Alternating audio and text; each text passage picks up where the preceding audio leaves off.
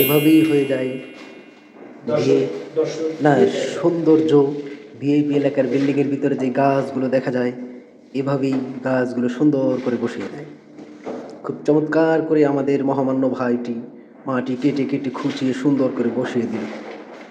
এটা ছিল পলিথিন আকারে, পলিথিনটাকে ছুটিয়ে মাটি বের করে আর একটা প্লাস্টিকের টেরিতে বসিয়ে দিল।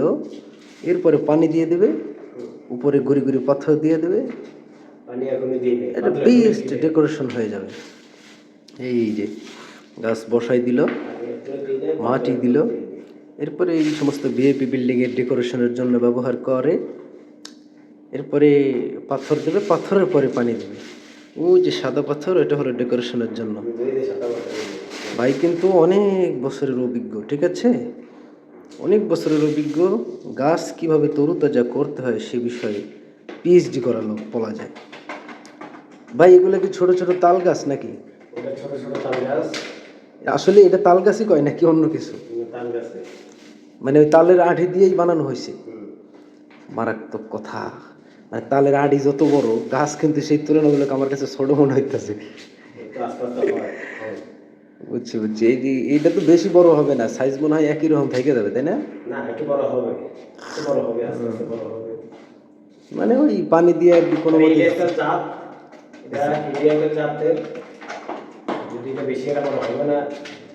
জীবনটারে বাঁচাই রাখা আর কি।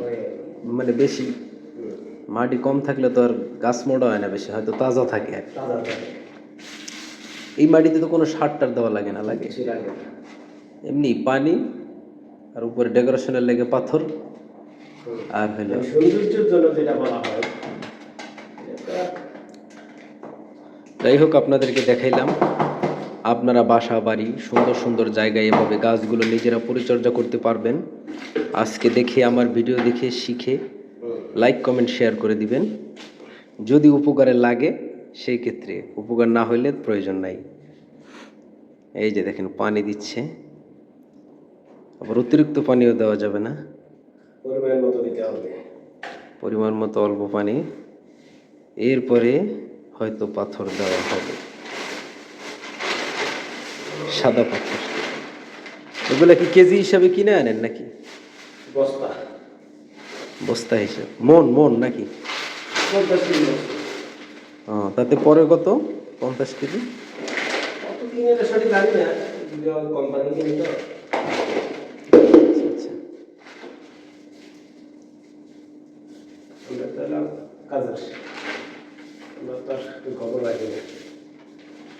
ওগুলো সাদা পাথর তো দাম বেশি।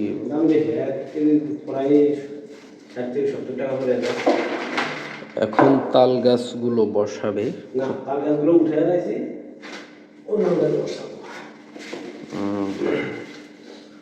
এটা পায়াস পাতা গাছ নাকি? আমাকে দেশে দেখতাম ওইটাই। ও ঘেরান কয় দেখি একটু। আমরা যে পায়াস পাতা কইতাম, হ্যাঁ হ্যাঁ, এইটা সেই পায়াসের ঘেরান। দর্শক দেখতে পাচ্ছেন, দারুণ। আসলেই তো আমি অনুমান করছি, অনুমানটা টার্গেট লাগিয়ে গেছে। সেই পায়াস পাতা যেটাকে আমরা বলি গ্রামে, সেই পায়াস পাতা সেটাই না? দারুণ ব্যাপার।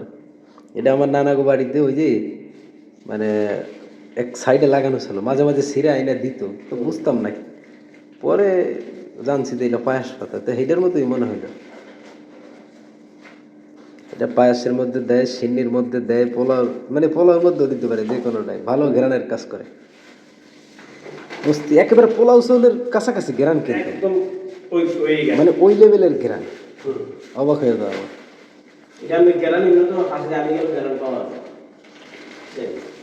আমি বারবার ছিঁড়া নাকে লইতাছি।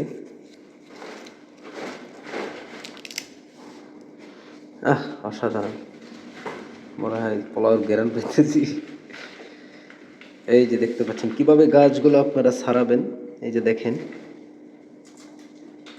পুরো মাটি ফেলানো যাবে না, কিছু মাটি শিকড়ের সাথে থাকবে। নিচের থেকে কিছু মাটি কমিয়ে তারপরে গাছগুলো বসিয়ে দিতে হবে। এরপরে আগেরটার মতো প্রসেসিং করে এইভাবে বসাই দিতে হবে। এরকম প্লাস্টিকের ট্রে, এই ট্রেগুলোর নিচে কি ফুটা আছে? না, না, অর্থাৎ পানি কম দিবেন, অতিরিক্ত পানি দিবেন না, কারণ নিচে ফুটা নাই, অতিরিক্ত পানি দিলে গাছ যে আরে ঝামেলা হইবে। হুম, এই গাছ পর্যন্তই। খোদা হাফেজ।